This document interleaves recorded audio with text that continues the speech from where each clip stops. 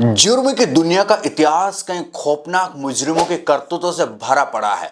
इन्हीं में से ऐसे कातिल भी शामिल है जिन्होंने एक दो नहीं बल्कि सैकड़ों कत्ल किए। कत्ल ही नहीं बल्कि मरने वालों की लाशों के साथ हद दर्जे की हैवानियत भी दिखाई। ऐसे ही एक नाम था रूस के कुख्यात सीरियल किलर अंद्रेई शिकाटिलो का। रूस में नाम किसी खौफ से कम नहीं था। वो पहले महिलाओं की हत्या करता था और फिर उनकी लाश के साथ शारीरिक संबंध बनाता था। जी हाँ,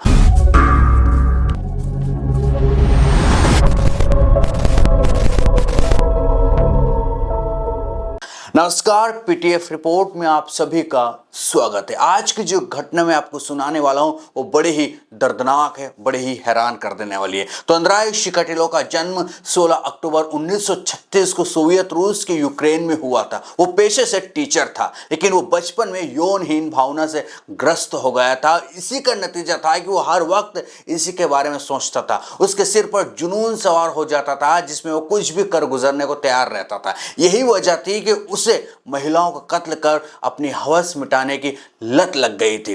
रूस के आपराधिक इतिहास के आंकड़े बताते हैं कि अंद्रेई शिकाटिलो 1978 से 1990 के बीच में 56 से ज्यादा लोगों की हत्याएं कर चुका था। उसके निशाने पर अधिकतर महिलाएं होती थी। वो ड्रग्स के बहाने महिलाओं को अपने जाल में फंसाकर उनकी हत्या कर देता था। उसे एक अजीब तरह का शौक था। वो कत्ल से पहले महिलाओं को निवस्त्र कर देता था, उनके कपड़े उतार देता था, फिर उनके हाथ पैर बांध देता था। इसके बाद जब तक महिलाएं कुछ समझ पाती वो उनका कत्ल कर देता था। हत्या के बाद वो महिला की लाश के साथ शारीरिक संबंध बनाता था, सेक्स करता था। अपनी हवस मिटाने के बाद अंद्रेई अपने शिकार की आंखें निकाल लेता था।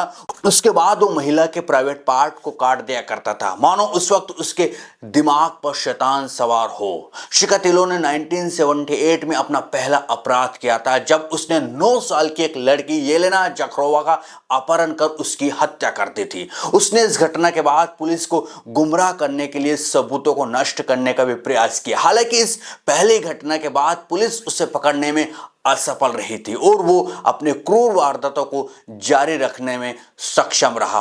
रूस के पुलिस रिकॉर्ड के मुताबिक अंद्रेई शिकाटिलो ने अपना दूसरा शिकार 1981 में 17 साल की एक लड़की को बनाया था। इन वारदातों ने पूरे रशिया को स्तब्ध कर दिया था। लोग भयभीत और आतंकित थे और पुलिस पर दबाव बढ़ता जा रहा था। पुलिस ने इस मामले की जांच के लिए विशेष टीम का गठन भी किया था। बहुत सारी टीमें बनाई थी, लेकिन शिकाटिलो की चालाकी और सतर्कता के चलते उसे पकड़ना मुश्किल हो रहा था। उसको पुलिस पकड़ नहीं पा रही थी।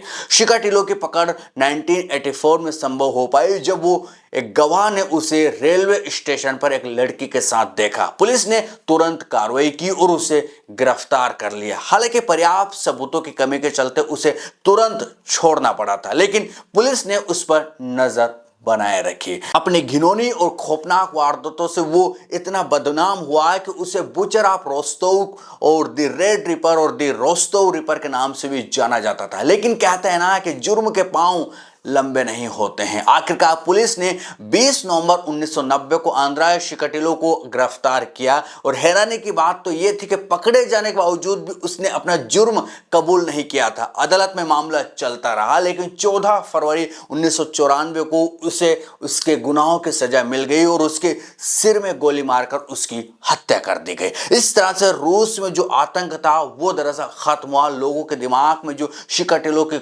छाप छूट चुकी थी, डरते थे, जो उससे चमकते थे, वो दरअसल लोगों ने आजादी महसूस की। तो इस तरह से खौफनाक अंजाम शिकाटिलो दिया करता था और वो दरअसल खासकर महिलाओं को अपना शिकार बनाता था। अधिकांश उसने जो हत्याएं की वो चाकू से की थी।